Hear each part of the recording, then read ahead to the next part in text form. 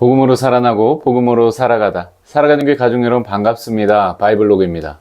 은잔이 막내 베냐민의 자루에서 발견되었고 이제 형들은 선택해야 됩니다. 베냐민만 종으로 남겨두고 아버지께 돌아갈 것인가, 아니면 함께 돌아가 책임을 질 것인가. 근데 이런 선택이 처음은 아니죠. 20여 년 전에 그들은 아버지의 사랑을 받던 요셉을 버리고 자기들만 집으로 돌아갔는데요. 이제 하나님은 그들을 다시 같은 자리에 세우십니다. 과연 이번에 어떤 선택을 할까요? 오늘 본문은 은잔 하나로 드러나는 형제들의 마음과 깨진 언약의 가문을 회복으로 이끄시는 하나님의 섭리를 보여줍니다. 함께 살펴볼 말씀은 창세기 44장 1절부터 17절까지의 말씀입니다. 요셉은 청지기에게 형제들의 자루에 곡식을 가득 채우고 각 사람의 돈도 다시 넣으라고 명령합니다. 그리고 특별히 자신의 은잔을 막내 베냐민의 자루에 넣으라고 지시했어요. 아침이 되자 형제들은 나귀에 곡식을 싣고 성을 떠나는데 이제 시므온도 함께 있고요. 베냐민도 무사히 데리고 아버지께 돌아갈 수 있게 되었습니다.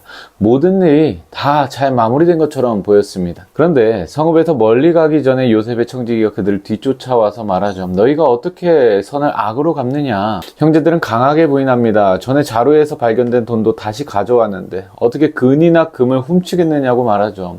그리고 자신들의 결백을 확신하면서 이렇게까지 말해요. 누군지 발견되는 즉시 그는 죽을 것이고 우리는 종들이 되겠습니다. 하지만 청지기는 말합니다. 잔이 발견되는 자만 종이 되고 너희는 죄가 없다. 곧 자루를 확인하기 시작하고 마침내 베냐민의 자루에서 은잔이 발견되고 말아요. 그 순간 형제들은 자기들의 옷을 찢습니다.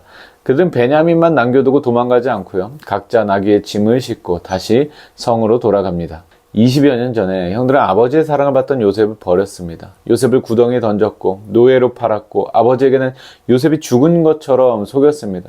그때 그들은 동생을 버리고 자기들만 집으로 돌아갔어요. 그런데 이제 비슷한 상황이 주어진 가운데 유다가 형제들을 대표해서 요셉 앞에 엎드립니다. 형제들은 은잔을 훔치지 않았지만 그는 이 일을 통해서 하나님 앞에서 자신들의 죄책을 의식하고 있었어요. 오래전 요셉에게 행했던 죄, 아버지를 속이고 형제들을 버렸던 죄가 그들의 마음 가운데 다시 떠오른 것이죠. 하나님은 이 시험의 과정을 통해서 형제들의 마음을 드러내시고 언약의 가정을 회복의 자리로 이끌어 가십니다.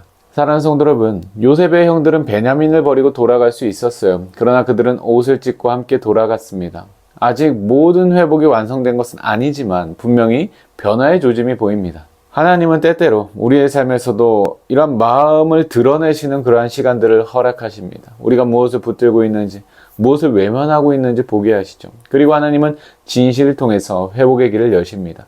오늘 본문에서도 은잔 사건은 감추어진 마음을 드러내고 회복으로 나아가는 하나님의 섭리의 과정이었습니다. 오늘의 한 문장입니다. 하나님은 드러내심을 통해서 회복의 길을 여십니다. 우리가 외면하고 버려두고 있는 것, 정직하게 마주해야 할 것들이 있습니까? 하나님께서는 오늘도 하나님은 백성들을 포기하지 않으십니다. 깨어진 언약의 집을 포기하지 않으셨듯이 오늘도 자기 백성의 은혜 가운데 다루시며 회복의 길로 이끄시는 하나님을 바라봅시다. 하나님의 섭리 앞에서 정직하게 서고 맡겨진 자리에서 책임 있는 믿음으로 반응하는 하루가 되길 주님의 이름으로 축복합니다. 살아가는 교회 가족 여러분, 오늘도 복음으로 살아갑시다.